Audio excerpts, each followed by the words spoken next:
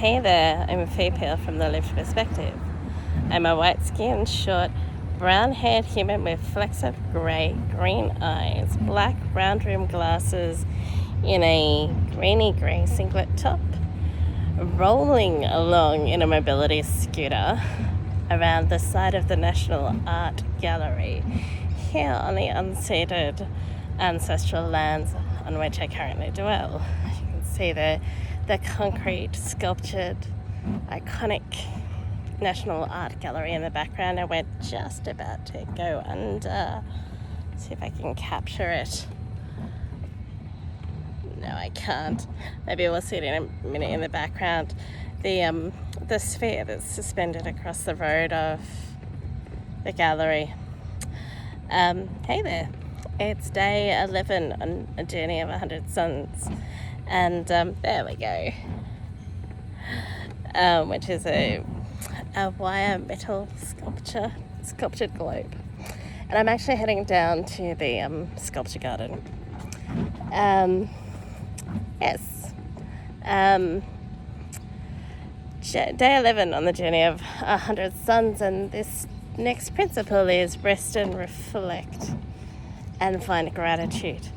And I think it kind of, I just needed a brain break today anyway, and I knew that I could come to the beautiful gallery and that there would be accessible options for me to just breathe in a big, deep sigh of peaceful repose. Wow, my poetry brain is not quite there today. However, I'd like to think that my body is on the up and up, but I had pins and needles in my feet last night and this morning, so I've been down to the Cairo, and I'm over here at the gallery thinking very much about the journey of reflection and gratitude. And interestingly, I love the way Rich takes these turns, because this was something that came as a result of the 100-day uncommon challenge that I had done at the start of October in 2020. My social media posts began to very significantly shift in the October of 2020, and I think I've spoken before about the journey that I have had around wanting to use social media for good. And I certainly have learned with the authenticity of storytelling that can be a positive thing. It can also be a tricky thing, because people take what resonates for them, but then they will use that to say, well, I'm like you. And what they've caught in what I've said is valid, it's important, and it resonates for them, and that's great. But my story, you can't tell the entirety of your story in a 5-minute social media post, whether it's text or whether it's video. We are complex humans, and the things that shift our stories and the way we view our world is unique to us, which has, formed a lot of the reason why I was stepping back from the way I was doing social media at the end of last year. That said, where my actual social media stuff started to shift was during the 100-day uncommon challenge, and I do encourage you to go over to the uncommon, check out Rich and why he's doing what he's doing. But for me, as I started to set those very targeted, intentional goals, and there was a range of them, it meant that when I hit one of them, there was almost always something to be grateful for.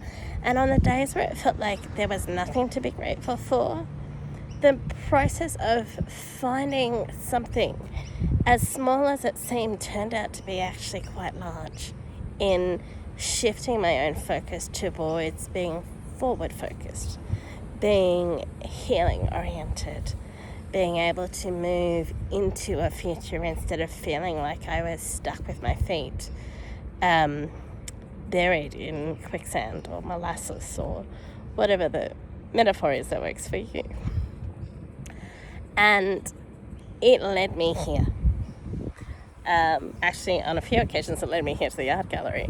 I've got a very interesting journey with this place. This is where I did my work experience in my first year as an art history curatorship major at ANU at 19. Working with the Australian art curator at the time, and doing some early research in helping her sculpt an exhibition on Nora Hyson. But it also led me to this point of thriving, and knowing that when I'm not thriving, that there are things that I can do for myself. There are some things that are always going to be completely out of our control. There are some things that are going to feel like they're out of control, but we're not going to be able to perceive that. There are things, though, that we feel like are in our control, and sometimes it's simply the choice to take a moment and go for a walk, or fuel your body with good foods, or have a conversation with someone you love, or find joy in a shared moment of connection.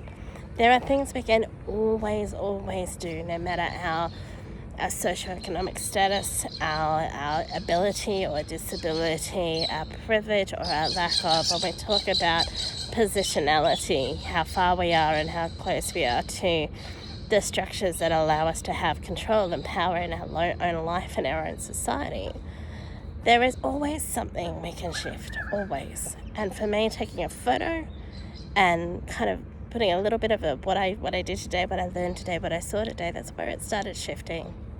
So as we look at this principle in the 100 Suns Challenge, I encourage you, as you reflect and rest in each day, to stop and think about, what is one thing? Maybe for me today it was I was able to bend down far enough to do up my shoelaces and be at the gallery. But there's always something. And it's amazing how when we cultivate the gratitude for this particular sun that we have found ourselves caught up in, how we learn to make every moment count. It's not always easy, but it is possible. And the more we see it possible in the overwhelming stuff, the more we see our own agency grow, the less overwhelming the overwhelming stuff becomes, as we realize we do actually have everything we need to shape and shift and sculpt the life that we want. So this is me sitting in the sculpture garden. Gorgeous, iconic sculptures here. I'm actually really hanging out for the end of 2024 when Lindy Lee's commissioned work will be unveiled. But that's it from me today, and we'll catch you on the flip side.